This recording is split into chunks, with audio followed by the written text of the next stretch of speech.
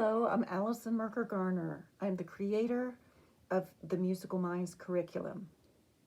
Welcome. In this video, we're going to take activities that we do in a group setting, whether that is teacher and child or parent and child or a full group class with children. It depends on your particular teaching situation. But anything that is more than one will be the definition of our group. So I will take the things that we do in a group class for the very, very beginning children who haven't started on an instrument yet. They're in MusicTime, they're about ages 2, 3, 4, 5, and they are preparing their ears and their bodies and their minds to start private lessons. So the things that we would do in a beginning introductory class like this are the things that I will be doing and demonstrating right now. So in the group class, we have a mix of children. We have children that will be starting the cello, starting the violin, starting piano, starting viola, and they're together. I do not separate them. And I am having them listen to recordings at home. There's Suzuki Book 1 CD, whatever instrument that they are choosing to start with, they listen to. And the other one that they are to listen to is my CD. It is the Musical Minds CD for Volume 1. And I do have Musical Minds here for you to see. And this is the book, and there's a CD that accompanies it, and that is what they listen to. And the things that they are listening to on that CD are tunes and activities and movement, exercises and chants that we're doing in class. So they're rehearsing those just by listening to them and humming along, and perhaps even moving along to them at home. So the class itself would begin with a good morning song. And the good morning song is something that I do every class, not just the beginning class, but I welcome them with this song. And it goes, "Good morning, good morning, good morning to you. Good morning, good morning, good morning to you. Good morning, good morning, good morning to you." And once we're seated, I like to use as few words as possible, and most of it is done through imitation or demonstration, or we just start moving into an activity and they follow along. I do a beat activity such as, "This is the way I touch my hands, I touch my hands, I touch my hands. This is the way I touch my hands so early in the morning. This is the way I clap my hands, I clap my hands, I clap my hands. This is the way I clap my hands so early in the morning. This is the way I touch my nose, I touch my nose, I touch my nose. This is the way I touch my nose so early in the morning." So we are doing different body parts, body awareness, moving to the beat, and the tune follows the tune of "Here We Go Around the Mulberry Bush." So once we've done something that involves movement, that involves beat, then I move to a stretching warm-up, body warm-up activity like this.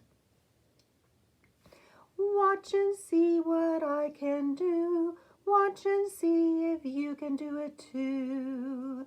Can you stretch up high? High, high, high. Can you stretch down low? Can you shake all over? Shake, shake, shake, shake, shake. Watch and see what I can do. Watch and see if You can do it too. Can you clap really loudly? Can you clap really softly? Can you clap faster, faster, faster, faster, faster, faster, faster, faster, faster, faster? And can you clap slowly? And eventually, we may even do that with an instrument, like on a piano keyboard that's really accessible, or an unpitched percussion instrument, just so they start manipulating sound a little bit other than using their body parts. So the introductory class always, always, always begins with these things. It will begin with a welcome. It will begin with something that involves beat and organizing their body motions to a song and just warming up a little bit. So that's in every class. Then I move on to other activities that I want to get into for the day. One may be a review of things that we've done. One may be a practice of things that we've done, or a presentation of something that I've already prepared in an earlier class. Or I might just be doing something that prepares for a performance. So any of those things are things that can happen within a lesson, and I like to incorporate all of them if I can. Now, in a beginning activity like this one, or beginning class, I would have a variety of ways of interacting to beat. And a lot of the songs that we would use would be songs that we will be actually using in a group class later for musical elements, or we may be using them in a private lesson later for learning technique. So they're getting the hearing and the moving in. And these are tunes that they are listening to at home as well, so they may already be singing along. So here are some examples of what I would do in a beginning class. I would do a lot of movement, like teddy bear, turn around. Teddy bear, touch the ground. Teddy bear, show your shoe. Teddy bear, that will do. Teddy bear, go upstairs. Teddy bear, say your prayers. Teddy bear, turn out the light. Teddy bear, say good night. And if you have a bear puppet, that's perfect, and I do. I'm just not using it right now. But a plush toy is comforting, and the children get to be introduced to the plush toy and pat it and shake hands and talk to it, and it softens the mood somewhat, and they're more willing to participate. So that's one of those. Another activity that I would do in a beginning class would be clap up high, clap down low, turn around, touch the ground. And we can use all sorts of words. Snap up high, tap down low, turn around, touch the ground, whatever you would like to use. And another one like this is I can walk and walk and walk and walk and walk, and then I stop. I can run and run and run and run and run and run and run and run and run and run, and then I stop. I can jump, jump, jump, jump, jump, and then I stop, and so forth. So you can use all locomotor movements there. You can use axial movements. I can twist and twist and twist and twist and whatever you want to do. And that's coordinating movement to a metric organization or metric structure, which is really basic, but it's not intuitive yet. So we're getting that practiced for them, and we're reinforcing beat. So if we went from that to a Delcros activity where we just practiced walking to the beat, we could walk high, we could walk low, we could walk big, or we could walk small. We could walk fast, or we could walk slowly, or we could walk as if we had ice on our shoes and we're trying to navigate that way, or we could walk as if our feet are on a hot surface and we're barefoot. So all these different ways of using our bodies to express something. So many of those things are musical elements. So that might be a good way to move into that. Another way could be, if you've got a very active class, to have some settling down time and get a book out. The very beginning of Musical Minds has the Gingerbread Boy. And the Gingerbread Boy is something they can participate in or just listen to begin with. But it's also on the CD, so they're familiar already with the form and what happens in the story and the part of the story that keeps coming back. And they may say it with you. So here is the story as it is presented in the book. And it starts out with, a long time ago, there was a little old woman who lived all by herself in a little old house. And the part that keeps coming back, "Stop, stop," she cried, but the gingerbread boy just kept on running. He's saying, "I'm so fast as you can see. I'm the gingerbread boy. You can't catch me." You can have the children play on the stop, stop. Or they could sing the sing-songy, "I'm so fast as you can see." It's just a so-me pattern. And anything like that gets them participating and anticipating the form, which is what you're wanting to eventually get to in this. The another book that is very good for beat, that would be an introductory, here we go. An introductory book would be The Hungry Caterpillar, because it's a counting book. And every time we count a number, 1, 2, we put it in our bodies in some way. Doesn't have to be clapping, but that's what's visible on a video. The Doorbell Rings is another one that I have used in a big class, since this is a big book. And we will add the timbral elements of this book too, and kind of do a dramatic reenactment of it. "I've made some cookies for tea," said Ma. "Good," said Victoria and Sam. "We're starving." "Share them between yourselves," said Ma. "I made plenty." "That's 6 each," said Sam and Victoria. "They look as good as Grandma's," said Victoria. "They smell as good as Grandma's," said Sam. "No one makes cookies like Grandma," said Ma, as the doorbell rang. And you can have a doorbell sound. And this is something that recurs through the whole story. So the children can anticipate it, know when to come in. They can say the words with you once they've heard them a few times. They know what to anticipate. This is a book that is not on the CD, so it would be completely new and a new experience, which has its advantages as well. So another one would be Handy Spandy. So Handy Spandy is Handy Spandy, Jack a dandy, loves plum cake and sugar candy. He bought some at a grocer's shop, and out he came, hop, hop, hop, hop.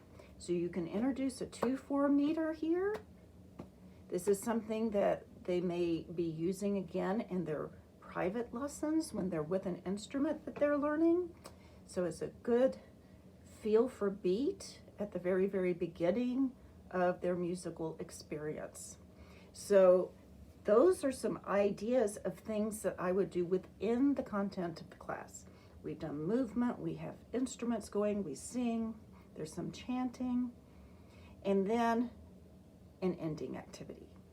And that's important because we've got to all settle down for either the next class or they're going to leave and go to their next event. But we want to leave calm and in control of our bodies. So I do an ending activity that is a listening activity, so that the children are having to listen for their turn by hearing their name called. And usually it goes very smoothly, but there are those kids that just don't respond to it. And so just calling their name it's not enough. So you have to tap them on the shoulder or something to signal this is your turn. And there's several tunes I use for this. One is "No bears out tonight, no bears out tonight, no bears out tonight, they're all in their caves. One bear out tonight, one bear out tonight, one bear out tonight, the rest are in their caves. Donna Bear is out tonight, Donna Bear is out tonight, Donna Bear is out tonight, the rest are in their caves." Another one is "Down came a lady, down came two, down came Lord Daniel's wife, and she was dressed in blue. Down came a lady, down came two, down came Maria, and she was dressed in green." And you can go through it that way. Another one I've used, "The old gray cats are sleeping, sleeping, sleeping. The old gray cats are sleeping in the house." I would like for Mike Kitty to go to his mama. And then we do either walking steps, running steps, skipping steps, whatever rhythms we may be familiar with. So that would be the ending activity. Now those are examples. There's not anything in that is difficult, but it's teaching the children what to expect in a class as much as anything. They're learning how to be in a class with other people or be working with a teacher for the first time. They are listening in ways they've maybe never listened before. They're having to observe and sometimes imitate and sometimes create in ways they've never had to do before. These are a lot of new things that they're adjusting to. Being able to share something, being able to control your body, being able to listen and follow instructions. And all of those things need to really be in place before they start an instrument. So those are the things that I look for in these beginning classes to see if they're ready to do that. And let me just check here and see if I've got other things that I could do in this that would be helpful, that would be considered this kind of activity. Subdivision would be the next thing. I like to get into subdivision and twinkle rhythms before we get into private lessons. So yeah, those things are in the introductory classes. So we are doing a lot of the nursery rhymes and the chants that are listed in the book and that we have done in class or on the videos. And we respond to them in different ways. We'll respond to them using beat. We'll respond to them using a subdivision of the beat or the eighth note. And we may double the beat. And that's when we will add a bourdon or an ostinato that's just half notes throughout the chant or the tune. So being able to subdivide and double the beat is important. And I like to get through enough of the literature that they're hearing on their CD that represent the magic pitch patterns that we're going to be learning and the magic rhythmic patterns that we're going to be learning. So we're not actually talking about them yet, but they're exposed to it and it's in their environment. And one other thing that I do in these introductory classes that I need to mention is the movement that I add to the Suzuki pieces. Now, I am a former dancer and choreographer, so I have some knowledge of movement vocabulary. It doesn't have to be complicated. It could just be with your hands if you want to do that. But the point being that you're supplying simple movement to represent form or represent a change in articulation or to represent a specific rhythm or metric pattern that's being used in that piece. It doesn't have to be complicated. In fact, better if it's not complicated, because these kids are imitating you as you are doing these movements. It is something that I don't love to do a lot because I really want them to get the idea that they can create these movements themselves. But to develop a repertoire, as it were, of movements, they haven't gotten that yet in MusicTime. They are getting it. And one way they're getting it is through imitation. And so I do maybe the first 6 or 8 pieces, and for me it would be in the violin book or in the piano book, and supply movement for those things that they follow. And so that is an added element of knowing those pieces, not just having listened to them at home, but knowing them in their bodies.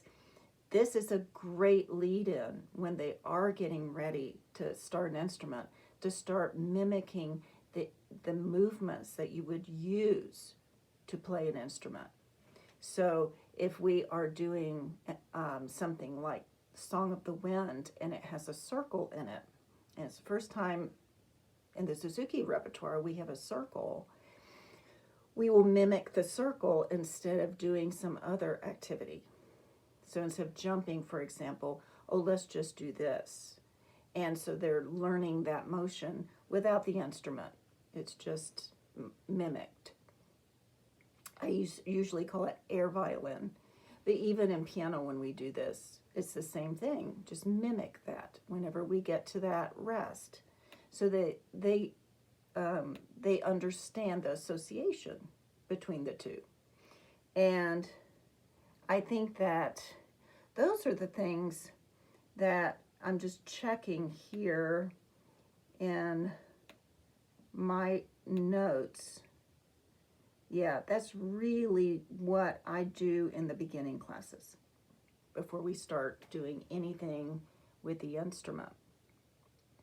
So the next video that I will do will be integrating what we do in the group class to a pre-twinkle situation.